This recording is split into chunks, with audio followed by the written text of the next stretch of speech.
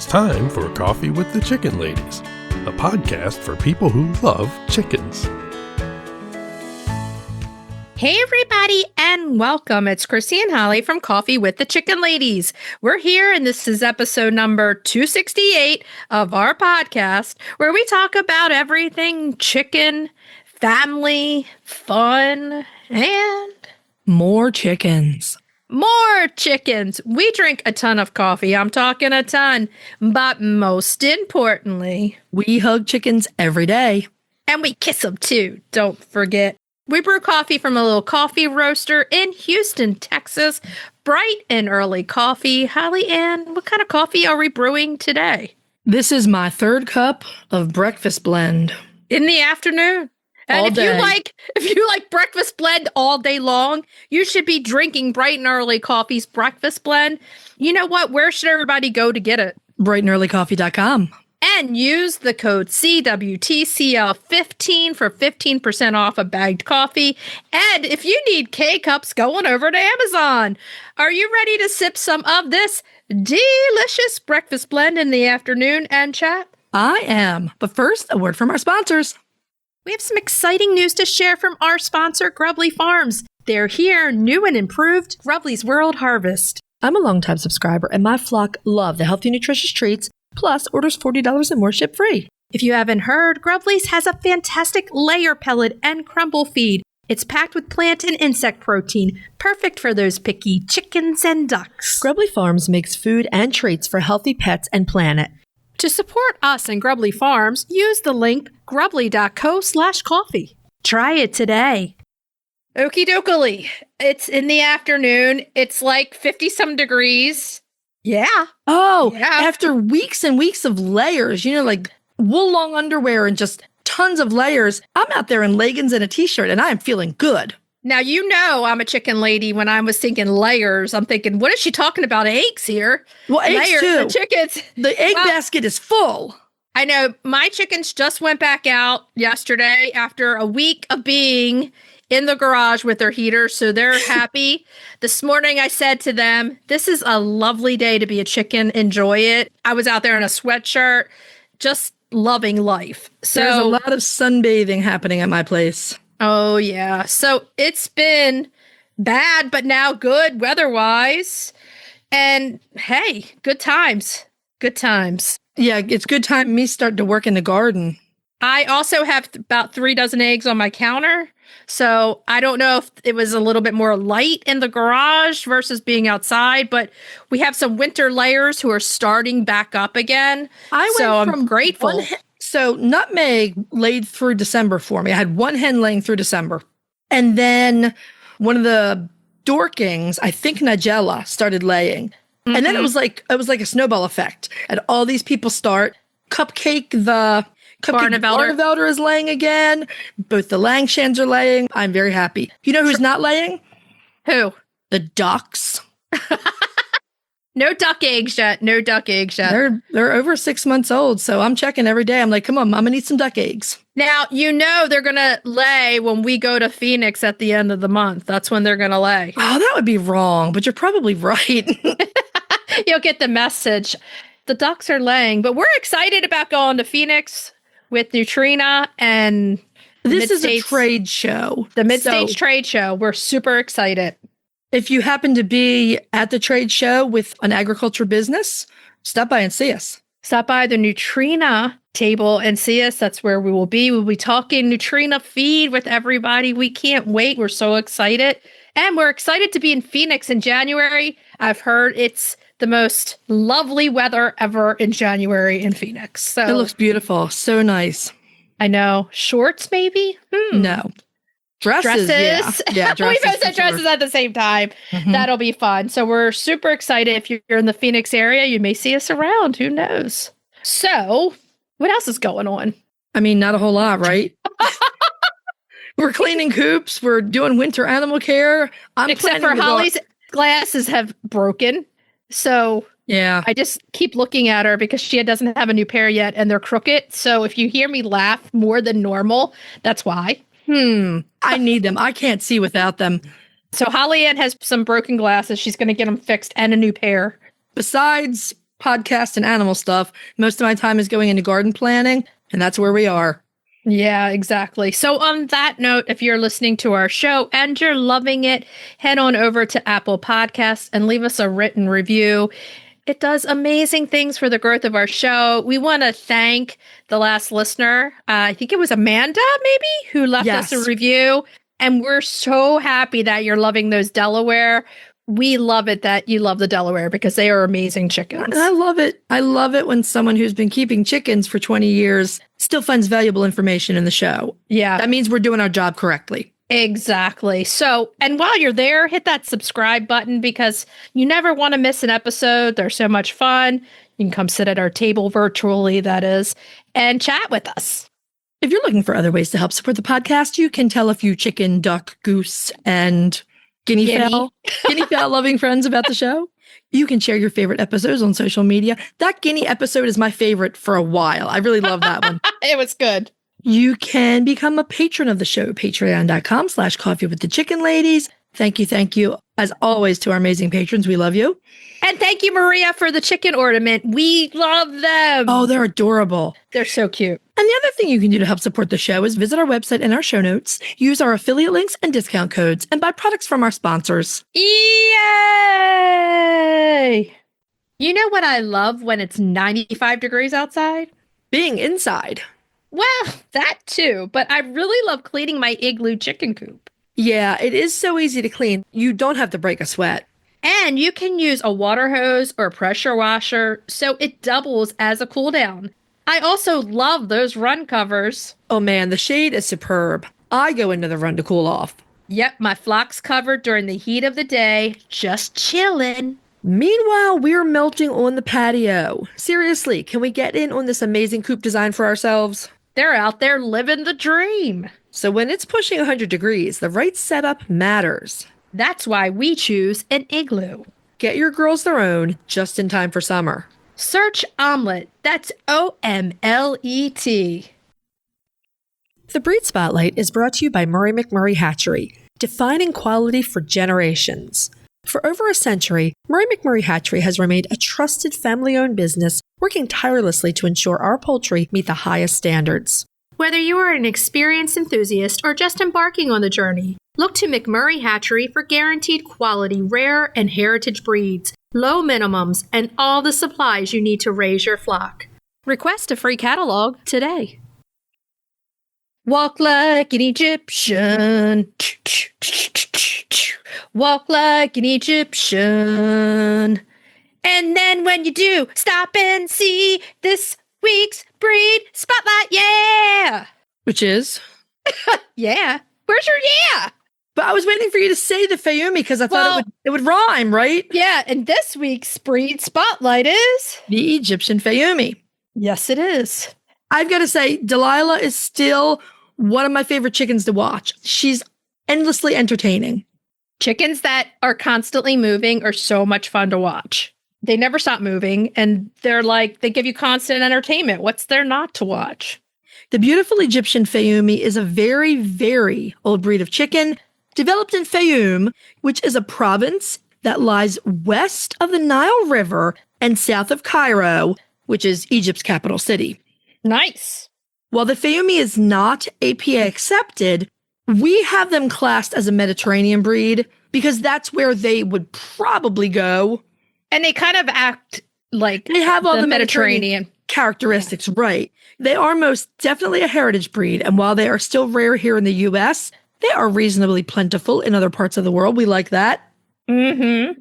Now, Fayoum, I thought it would be interesting to find some information about Fayoum. It is well known for its cultural artifacts and for its lush oasis. That just sounds amazing. It makes me think of Phoenix in January as an oasis. That's it. That's it. The area of Fayoum consists of desert as well as a large lake and waterfowls, which is really gorgeous. And all of this water supplies the Fayoum Oasis, which is the largest oasis in the world. Let's go. Come on. The area has long been famous for its fruit orchards, its vegetable production, and for this very pretty little breed of chicken. Oh, so they have all your apples over there. I don't know if they can easily grow apples Apples like it cooler. They like it cooler, so you might not like it if they don't have your apple trees. Maybe bananas and dates. I don't really know about apples. For what it's worth, the Romans did spend a chunk of time here in Egypt. I feel like we've been talking about the Romans a lot lately. They called Fayoum, this is both insulting but funny at the same time. The Romans called Fayoum Crocodipolis. Oh, so they have a lot of crocodiles there? Apparently so. And the Romans also caused a lot of trouble by forcing the Egyptians to switch from growing fruits and vegetables to grain production, with many of those grain crops going exclusively to the Romans. Well, the Romans need their flour and love it for their pasta. Got to make the pasta, that's right. Oh, yeah. But the chicken and the Egyptian people persisted, and in time, the Romans went home and they took some guinea fowl with them. You can't forget those guinea fowl. You cannot. You need them. You need them for getting rid of all the bugs out there. I'm obsessed with them right now. Now, because the Fayoumi is so old and so hardy, they have gained a reputation for excellent disease resistance. Among other things, they're known to be resistant to both Merrick's disease and Newcastle disease, which is kind of amazing. Pretty good. That's pretty good. Pretty good, man. Now, here's the history of the Fayoumi that we really dug into and uncovered, and I think it's really interesting. In the early 1940s, the Dean of Agriculture of the University of Iowa imported silver Fayoumi eggs from Egypt and hatched them, establishing a Fayoumi flock at the University of Iowa that remains today. Early on, the researchers were crossing the Fayoumis with American breeds, trying to create chickens that retain the Fayoumi's disease resistance. That Iowa blue, man. Right. The Iowa blue was likely a result of some of these experiments. So I know that they do continue to this day to maintain a Fayoumi flock at the University of Iowa. But other than the Iowa blue, I don't know of any successful crosses. Iowa, what we've learned in the last going on 6 years is that Iowa is like the chicken capital of the country. I mean, it's a happening place when it comes to poultry for sure. When it comes to poultry, I mean, Iowa is the place to be. You have our favorite people over at McMurray Hatchery, but a ton of stuff. Dr. Yuko Sato at University of Iowa. Yeah, it's great stuff. Iowa is the chicken capital of the United States. So while we know the Fayoumis were here in the U.S. in the 1940s, they actually arrived in the U.K. a bit later in the 1980s in both the gold and the silver varieties. They are beautiful. Those eyes are striking. Gorgeous little birds. These beautiful little birds, they're pretty small. To me, they can be smaller than the leghorn. They are. So they're tiny. I mean, you know for sure because you've had them and have them. Now, the roosters weigh in at about 4.5 pounds and the hens around 3.5. That's about a pound difference from the normal Mediterraneans. And even like the Andalusians are a little bigger than the leghorns. So there is a variance of size in there. Put them side by side. The Andalusians look substantially bigger than the Fayoumi. My brown leghorn also does, but my silver leghorn hen Mew Mew, she is just a tiny bit bigger than Delilah the Fayoumi. Now, it is funny because the Andalusians next to Lucy, they look way bigger than Lucy the Leghorn. Yeah. Now, Lucy the Leghorn looks to be the size of my Hootans. So that's what I said. They're substantially bigger than the Fayoumi. Oh, yeah, definitely. I feel like they're even bigger than the Andalusians are the queens of that Mediterranean flock. Now, here in the U.S., we do have the silver pencil variety. So if you like that, that's what you're going to have. That's what Holly Ann has. And let's look here. They have white heads and necks with their body feathers covered in these narrow bands of dark penciling. They're really beautiful. And like I said, my favorite part of them are their eyes. I love their eyes. There's big dark eyes, yeah. Now, you're going to quickly notice the resemblance to several other small, older breeds like the silver penciled Hamburg, the Campine, and even the Death Layer. Mm-hmm. So they have a unique kind of look that, you know, like you're going to love them. They have those large, dark eyes that I keep talking about because it's my favorite part of them. Small, straight combs and earlobes.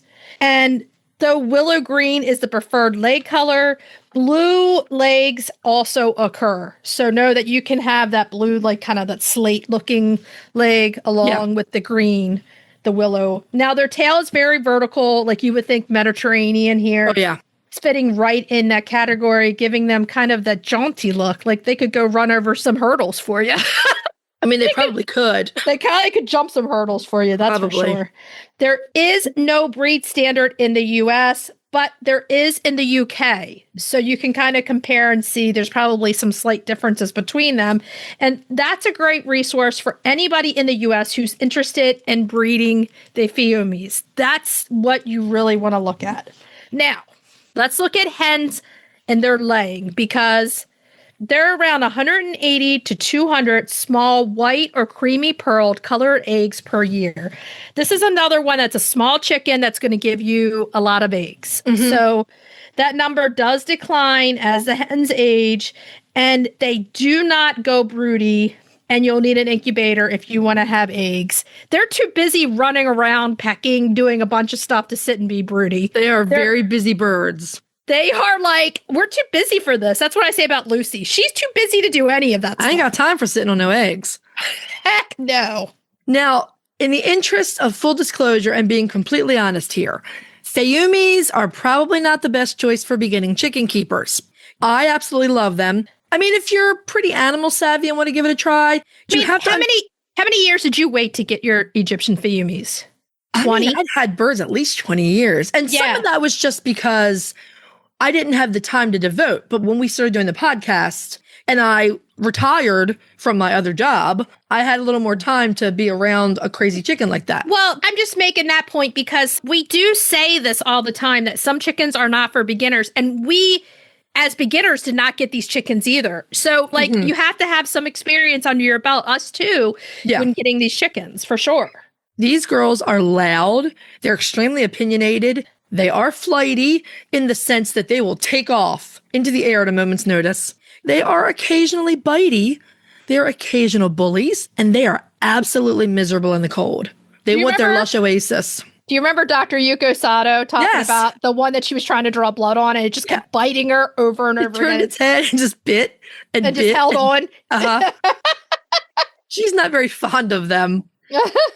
They generally are not cuddly chickens, though my Delilah has mellowed out, and sometimes I can scoop her up, but she doesn't like it, so I don't do it very often. I feel like this breed of chicken is one of those that you do have to handle as much as you can in the beginning so that you can medicate them if you need to later, so that you can get your hands on them just to take care of them if necessary. Both my Fayoumi girls always wanted to be around me when I was in the run with them, and I'm saying we did lose Zara, but we still have Delilah. They are reasonably predator savvy, but they're not predator proof. So just know that they still need protection. Now, they can fly well because they're very little. So that little body weight, it's easy to lift them up. So watch out for tree roosting. If they free range a lot, you may end up having to get them out of a tree. And because of their low body mass and those big, they have, the straight wattles and the combs, they are extremely heat hardy, and they can get through the summer with very little trouble. So keep that in mind if you're looking where you are in the world can make it easier or harder on you. They're like Olympic class diggers. I mean, they will dig themselves a cool trench in the hardest dirt. Yeah. This is a hen, in our opinion, for the connoisseur who loves chickens in all of their forms and personalities, and really doesn't get offended when a bird gives them the middle toe, because Fayoumis are going to flip you off. Yeah, I mean, like I said, I feel like you just need to handle them enough so that you can medicate them, take care of them. Right. I mean, I can handle mine, but they don't like it. They tolerate being held for medical or veterinary or even grooming procedures, and then you put them back down. Now, they are very active. That's what we're saying here. And they love to scratch and dig. So you're going to like to watch that. You're going to have to watch for walking through holes that they dig in your runs. Oh, yeah. And they're just busy beavers, but busy chickens.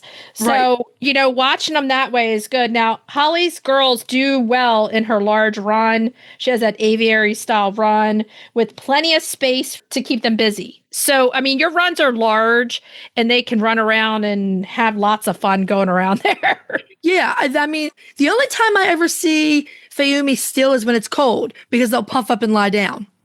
That would scare me, though. I'd be like, what's wrong? What's wrong? No, you get used to it. You get to know what looks normal and what doesn't. Yeah.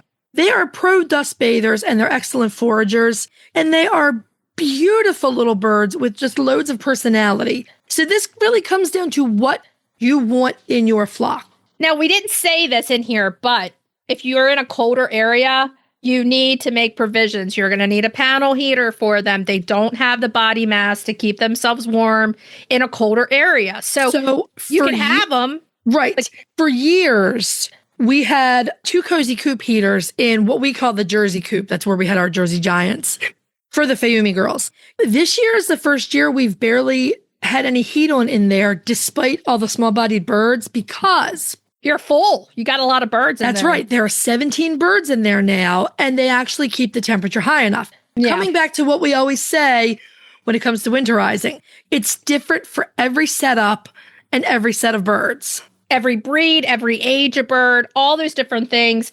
Honestly, I just had to replace one of my heaters this year. I paid $39 for a new one. You're not going to break your bank to get them. We talk about them all the time, but when you're looking at your choice of birds, these are the things that you should play into. So somebody at Florida that gets an Egyptian Fayoumi is going to love life because they're heat hardy. They're going to be great. But somebody in Wisconsin is going to be like, I have to do a lot to keep this bird going. So that's why you would weigh your options. Is there a different bird that's more cold hardy for me? And that's why we do the breed spotlights. It's like, but if you really want an Egyptian Fayoumi and you're in the cold, get a paddle heater. They're not that expensive. Make sure that they have places to get out of the wind and they'll do okay. Or get them all together at once with a lot of big fluffies too, so that they can be in between the big fluffies and keep themselves warm with them. Delilah is generally in between. She's often in between Blanche, who is a very fluffy Easter egger. You'll often find her with the Dorkings or the Ruthie, my remaining Jersey Giant. She gets in between big chickens to stay warm. Exactly. They're smart. They know what to do. So where can you find the Egyptian Fayoumi? You can actually get yourself a beautiful Egyptian Fayoumi or several from Murray McMurray. Or 100. Or 100, right. Just get yourself 100 Fayoumis. 20, 40, I don't know if I could 100. tell them all apart if I had that many. They would just have me in a trance with the eyes constantly. They would be like, I'm hypnotizing you. And I would be there like staring at them like, okay. They are beautiful little chickens. Like we said, get a little bit of experience under your belt first. It'll make life a little bit easier. Or just be prepared for the fact that this is not a novice's bird. That's all. No, exactly. I think we have some listeners that have messaged us over the years and said, you guys are right about this bird. Like, we can't handle them. Some birds just genetically have these traits and it's just bred into them. Right. So this bird is one of them. But check them out over at McMurray. They have great birds over there. Are you ready to dive into the fascinating world of backyard ducks? Look no further than Metzer Farms, your premier destination for top quality waterfowl. Whether you're a seasoned breeder or just starting out, Metzer Farms has everything you need to elevate your flock to the next level. And if you're passionate about call ducks, you're in for a treat. Metzer Farms hatches a stunning variety of call ducks, meticulously bred for their miniature size, beauty, and calm temperament. From snowy whites to vibrant colors, each duck is a masterpiece waiting to grace your backyard. Visit MetzerFarms.com today to browse their extensive selection and start your journey into the wonderful world of waterfowl. Metzer Farms, where passion meets perfection. If you're looking for a chicken coop that's produced in a planet-friendly, sustainable way, try Nestera. Each coop is made from highly durable, 100% recycled plastic that keeps the equivalent of up to 2,000 shampoo bottles out of a landfill. Their clean, modern design will fit into any garden or run area and comes with an industry-beating 25-year warranty and a range of handy accessories. Simple to put together, so quick and easy to clean, and most importantly, red mite resistant. Your chickens will love it. Quick shipping from Nestera.us. For a 5% discount, use the affiliate link in our show notes, on our website, and on Instagram. Link in bio. Check them out today. Eaton Pet and Pasture is a farmer-owned company based in upstate New York that creates USA-made sustainable products for backyard chicken keepers. From low-dust hemp bedding and comfy aspen nesting pads to nutritious treats and odor-eliminating products, everything is designed to keep your coop clean, healthy, and smelling egg-tastic. All their products are made right here in the USA with ingredients that are safe for your flock and the planet. So whether you're doing a deep clean or just a quick refresh, Eaton makes it simple to care for your coop the natural way. They're your one-stop shop for coop freshness and flock happiness, made easy. Visit EatonPetAndPasture.com to explore the full line of flock favorites and use the code COFFEE at checkout for a first-time purchase discount. Okay, are we ready to move on to main topic? Yeah. Yeah. Yeah. Now, we're going to talk about frostbite, the myths, and the science because, dang, there's a lot of myths out there when it comes to frostbite. Well, once again, we ended up with a really harsh December. Very cold temperatures, days that did not get above freezing, widespread winter weather throughout the country, including areas who aren't really used to it. So the same old frostbite stuff got trotted out. It doesn't matter whether it's scientifically disproven or not. People insist on repeating these myths. So, okay, I'm going to say the first one because I have something to say about it. Okay. Okay, the first myth is Vaseline stops frostbite. That is 100% a myth, okay? And we have been saying this for, I think since we've come on the air, we've been saying this, that it doesn't do anything. It actually adds moisture to the comb. It could wind block, if anything, but that's it. Right. The only place where it works is to prevent windburn. Windburn, that's it. That's it. In fact, it adds more moisture to the comb. You know, you kind of don't want that on it. It can freeze on there. I have to say this. On my own social media, I don't know who it was, but somebody posted this graphic of an avian vet who is now coming out and saying, stop putting Vaseline on the combs. Thank God somebody else is coming out and saying this because it doesn't help or do anything. And it can make a giant mess. It can hold dirt onto the comb, which is really bad if they do get frostbitten because you don't want dirt in there. Exactly. The damaged and dying tissue. So no Vaseline. But you know what works really well, what you should keep on hand in case you do have a bird that gets frostbite? Go ahead. Pure aloe vera gel. Oh, yeah. Has shown in several studies that it really helps accelerate healing for frostbite. Aloe vera is one of those things. I mean, it's one of the things I can keep alive, so you know it's hardy. Yeah. I've had one for 25 years plus, and I can't tell you how many times I've broken it to put it on myself. Oh, yeah, just strip the gel out. Yeah. Exactly. So that's something good to have. It does work. Second myth, chickens will not get frostbite in a dry coop. It doesn't matter. Temperature goes low enough. It doesn't matter if you're in the desert and the temperature goes low enough, you're going to get frostbite. This is one myth that I don't understand why it persists. As long as your coop is dry, your birds are going to be fine. No! If it's 2 degrees in your coop, your bird's probably getting frostbite. Exactly. Exactly. I will say from experience that, well, you want to keep your coop clean anyway. For modern chicken keepers, where we keep coops mostly just for chickens to sleep in, this doesn't apply. But maybe in 1910 in Montana, where the chickens were in the coop 24 hours a day, right? You didn't want that coop to get too wet because what can happen in any situation? The poop can freeze.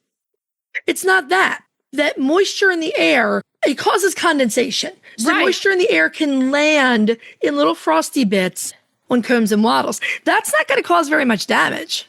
No, exactly. It is cold temperatures that do it. Okay, so let's move on to the next myth. Chickens, and I personally like this one, and I've heard other educators out there talking about this. This is a myth. Chickens in a heated coop will die if the power goes out. Okay. Well, yeah, no. It doesn't go from like 35 to 2 degrees in like 10 seconds or something. Okay, first of all, the panel heaters are set to keep your coops just above freezing, just above 32, so we can stop. You know, they're not going to make it 85 degrees in your coop, 65 degrees even, or 55 degrees. They're just getting it above freezing.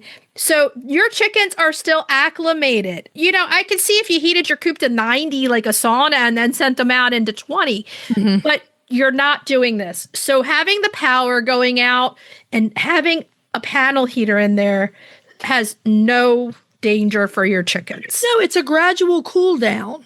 Yeah. And yeah, it might get colder than they like, but it is not going to make them die instantly if the power goes out. And here's the other thing. We've talked about this on many different retail therapies. There are rechargeable battery packs, if you feel strongly about it, that you can get. And the panel heaters can hook right up to it and stay heated if that's how you feel. The thing is, the panel heaters do not take your coops to anything other than 32 to maybe 37 degrees. If you have a panel heater that's heating your coop to 80, then something is wrong. Either it's too warm, either your environment is too warm or your coop is tiny or something. Exactly. Another myth, chickens, especially roosters, don't feel pain and frostbite doesn't hurt them. Roosters, just like any other chicken, are blessed with a lot of nerve endings in all of that wattle skin. That's why they like to have their wattles and comb rubbed. I've had to silence so many social media on my personal groups because I cannot bear to see these poor roosters where half of their combs are black and gone. And somebody saying, what is wrong with my rooster? That is frostbite. Okay.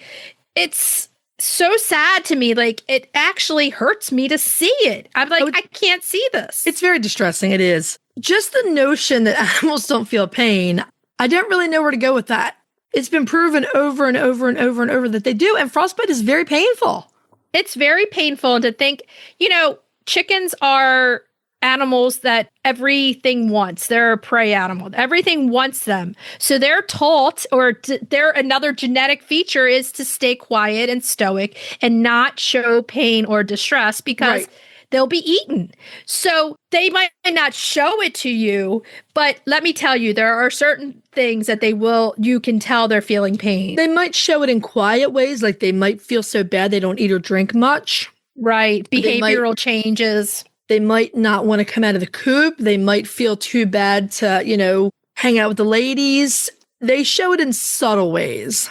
I feel like I'm feeling very strong about this stuff right now. And it's only because I see so much of it on social media that upsets me. And I just want people to learn from those cases the right things to do so that your chickens don't suffer from it. And it's crazy that we're still talking about the same myths from the beginning of this over now. And over. I want to circle back very quickly before we do the last myth to chickens won't get frostbite in a dry coop, because I thought about this. This is one that you feel very strongly about.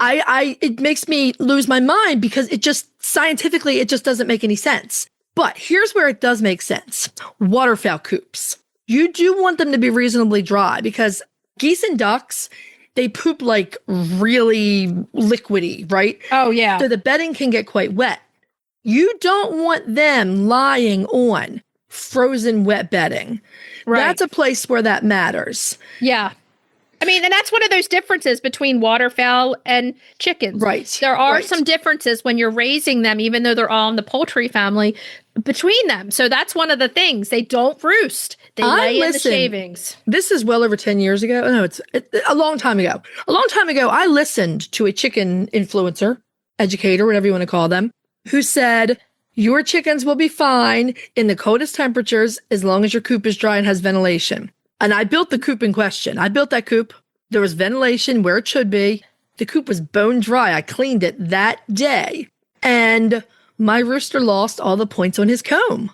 Yeah. Coop was bone dry. And I don't know why. Doesn't this occur to other people? I was like, the amount of moisture in this coop didn't matter a hill of beans. It was all temperature. That's it. It's temperature. When you think about going outside yourself. A human, right. Skin is skin, no matter what. There are some slight differences in the way it's actually made and whatever, but skin is skin. Now, your hands are not wet. They're still going to get frostbite. That's right. So they're the same thing. Any exposed skin has that ability. Now, you think about this. Chickens are drinking out of a water bowl. Maybe they don't. Some people do use the nipples in the winter, which have pros and cons to them too. But if they're drinking out of a bowl, those wattles are getting wet. So even if they're dry, wet, whatever, cold temperatures, it's bad. Like just straight up. Most of the damage is done not on the surface. Most of the serious damage is when it's so cold that the top layer and the layers below are freezing. The blood supply dies, you get necrotic tissue. Right. That's when you think about what frostbite does to people. That's right. And to animals. It kills all the cells in your skin so that it falls off. People lose fingers due to frostbite. People lose toes. This is the same thing with chickens. There's not a lot of difference between. So I'm going to go into the last myth. And it is that chickens have survived just fine in the cold for centuries. And that's another big because we have learned, and you as a historian, that in colonial times, chickens were brought in front of the fireplace to protect them because in some instances they absolutely were. The converse of that is that tons of chickens died from cold. Tons of chickens died from hypothermia, infection from frostbite. So if generally wealthier people, including like wealthier farmers that had maybe a heritage breed that they were trying to breed, or they had their own favorite chickens, whatever the reason, that bird would come in like a wicker woven poultry basket, and they would put them in the kitchen near the fire. Yeah, absolutely. So if you were lucky enough, you were a chicken, you were brought in. If not, like you said, those chickens were on their own, and who knows? Yes, it did kill them. We just don't, have records of all those things right now. And the thing is, with modern technology, the way it is right now with radiant heat panels, there really is not an excuse. This is not a question of whether you're spoiling your chickens or not. This is a question of whether or not you're keeping your chickens safe from the cold and frostbite. And it's something I do feel passionate about. And I just want them to be protected. There's nothing wrong with spoiling your chickens if you want to. Surviving is not thriving. Can your chickens get through? Maybe yes, maybe no. But they're not going to be in the peak of health, and they're not going to be thriving. I mean, there are even chickens that lose toes due to frostbite too. Lots of them. Entire feet. It's so funny. I took Sophia to the dentist for her cleaning the other day, and all the hygienists were like, "How are the chickens?" And they were like, "Wait a minute, they're in the garage, aren't they?"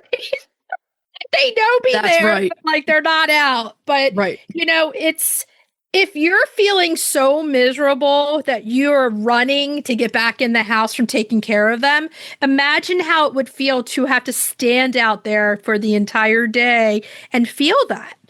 Right. Just put yourself in their situation. They're not feeling anything different. We're all kind of the same. We're living creatures. Know your breeds, your Jubilee Orpingtons and your Cochins. And my Brahmas especially are very cold hardy. Those breeds are quite cold hardy. There was one day where it was so cold, nobody came out of the coops except the Salmon Faverolles. The one day I brought them back in a second time, I let them out, and they were out 15 minutes, and I went back to check on them to say, okay, I was uncomfortable out here, let me check. And everyone was huddled behind like a windbreak that I have set up for them. And I said, you're all coming in. And they were in for a week. The thing is, if I had electricity back there, they would be with the panel heater. Right. But there's easy things to do with technology these days to keep them healthy and safe from these things. Whether you could spoil them if you want to, but if it's not, to me, spoiling, it's just taking care of them. I will never understand why this whole dry coop myth still, like, people have critical thinking skills and there's science, and I just don't understand why some of these myths persist. I don't get it. I'm just so happy that there are some people in the medical profession, the veterinary profession, that are coming forward right now and saying about the Vaseline, at least, that you can't put them out in 15 degrees all day and put Vaseline on the combs and that's going to stop it. It's not going to stop it. No, again, it can stop windburn. But if it's cold enough, the layers of skin and tissue under that Vaseline are just going to freeze. It's just going to happen.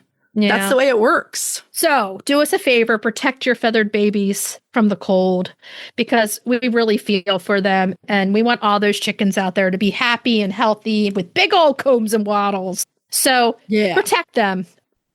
If your flock could talk, they would thank you for shopping at Eaton Pet and Pasture, your one-stop shop for coop freshness and flock happiness made easy. From their all-natural USA-made favorites like hemp bedding, roost refresh, and nesting pads to convenient product bundles that make chicken care simple, Eaton has everything you need to keep your coop clean, cozy, and odor-free. Check them out at EatonPetAndPasture.com and use code COFFEE at checkout for a first-time purchase discount. Okay, are we ready to move on to cracking the eggs? Cracking those eggs. Now, this week, we're doing Rustic Italian roasted veggies with sausage and eggs. That sounds really good. It's one of those comfort but yet healthy meals where no matter how many eggs you're getting right now, you can do it. So you could give everybody 1 egg per serving. Holly Ann's glasses just fell off. They literally fell off my face. That's not good. Yeah. You can actually, we didn't do this because we were trying to keep it simple. Like you can take the finished pan out of the oven and you can break eggs on top and put it back under the broiler for a minute or two. So you can do it all in one pan if you want to. But we thought it was just easier to break out a frying pan and fry the eggs the way we like them. Yeah, exactly. And sometimes some people may like them differently on top of their veggies. So you could kind of custom order it this way. So let's look at the ingredients that we're using for this. Now, you are going to get 16 ounces of Italian sausage, whether you use chicken or turkey sausage or veggie sausage, and you're going to cut these into thick rounds. 2 cups of red potatoes diced. I just bought my 10-pound bag at Costco of red potatoes. Nice. I love them for roasting. 1 green bell pepper chopped, or you could do strips even. Sometimes I do strips. I just do what we call around here the rustic chop, and it's really rustic. 3 cups of broccoli, roughly chopped. 1.5 cups of zucchini, cut into rounds. How can you have anything without zucchini? That's just impossible. 2 tablespoons of olive oil. Sometimes I do a little bit more. 1 tablespoon. Did I put 2 tablespoons? I just like take the bottle and just fling it all over the place. Cover it all up. Yeah. Like I don't even measure the olive oil, but 1 tablespoon of Italian seasoning. You could use anything that's in there. You can use basil too. You can, whatever you've got that you like on your veggies, pull that out. 2 teaspoons of dried parsley. I always have that in the cabinet. A teaspoon of dried oregano, a teaspoon of salt, a 1/4 teaspoon of ground pepper, and 4 to 8 eggs for frying. And the thing is, like, I use garlic powder, onion powder. I do all that. You can put onions and garlic in your veggies. And when all I'm that stuff. doing roasted veggies, I throw the garlic heads. I separate the garlic head into the big cloves, and I throw the whole clove in there. Me too. So this is something that you can make your own. What do you have left vegetable-wise in your refrigerator? And just put this out there. Now, the sausage, this is going to be a high protein because you got the eggs and the sausage. And it's going to be a great. You can do this on weeknight. This is great. Yeah, whenever. You can do this. I like when there's enough of it for leftovers too. So you're going to preheat your oven to 400 degrees Fahrenheit. Chop your veggies and again, slice the sausage into chunks and put it on foil-lined baking sheets. 1 or 2, whatever you need to do. Make your life easy. Easy cleanup. Absolutely. And then fling that olive oil all over everything and toss it to coat. Sometimes I use my hands. Yeah. Just to, I have one of those like silicone brushes that you can brush, or just I toss it with a spoon. When I have it on the cookie sheet, I have to use my hands because if I try to use a spoon, I send things everywhere. So I do this sometimes, but not always. Get a little bowl and combine your seasonings and salt and pepper in it so that you're sort of evenly sprinkling them. Or you can just fling it. I mean, whatever works. So that's all that stuff. The Italian seasoning, the parsley, salt and pepper, blah, blah, blah. Then you're going to add the sausage to the pan. Just try to put it in evenly. You don't want it all at one end or something, though. None of this is a really big deal. It's not going to make or break this dish. Put the pan in the oven. You're going to bake it for 15 to 20 minutes. Take it out, give everything a stir, and pop it back in for another 10 to 15 minutes, or until your veggies are tender and the meat is cooked through. Then you're going to fry your eggs in your usual way, or poach or hard boil, or whatever you do. And you're going to place 1 or 2 eggs on top of a serving of veggies. And there you go. That's it. It's delicious. With all the high protein push right now, this is awesome. So it's a lot of protein, a lot of veg. It's healthy, but it's rustic. You can even, I had the red potatoes. You can even do sweet potatoes. You can do regular. You can switch it up any way you want to. I usually do sweet potatoes, but I didn't put them on this recipe because they're not really Italian. I do red potatoes mostly. Like, if I'm going to roast vegetables, I need sweet potatoes in there. That's my heritage in the American South is showing. I need sweet potatoes. Exactly. Okay. So when you fry the eggs, make them however you like them, over easy, whatever, and put them on top. And it's just a fun way to get protein into your family, and they're going to love it. Delicious. Try it. You might like it. Let us know what you think. Okay. So let's move on to retail therapy. Retail therapy. Yeah. This week's retail therapy, we're talking about ceramic egg holders. Because There's a lot of them. the girls are coming back into lay and you need some place to celebrate those early eggs.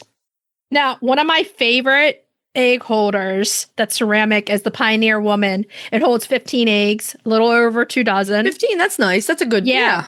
And it's my number one counter ceramic egg Is it holder. 5 rows of 3? Is it Yeah, 5 rows of 3. 5 rows of yeah, I wasn't sure I had that right. 5 rows of 3. Yeah, that's a nice big size. My glasses just fell off my face again. Sorry.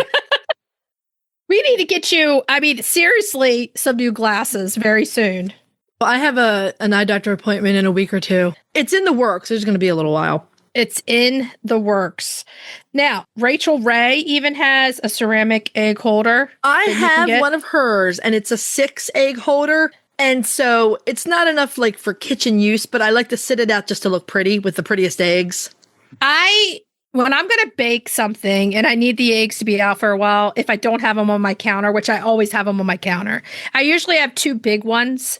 And I use I have a lot of little 6 that I use for recipes. So if I'm just going to need it, I know I'm going to need just a few. Oh, that's a good idea. recipes. Just to, kind of do mise en place and get all your stuff out there and just have them in the holder. And there's a lot to, like, for pictures and stuff.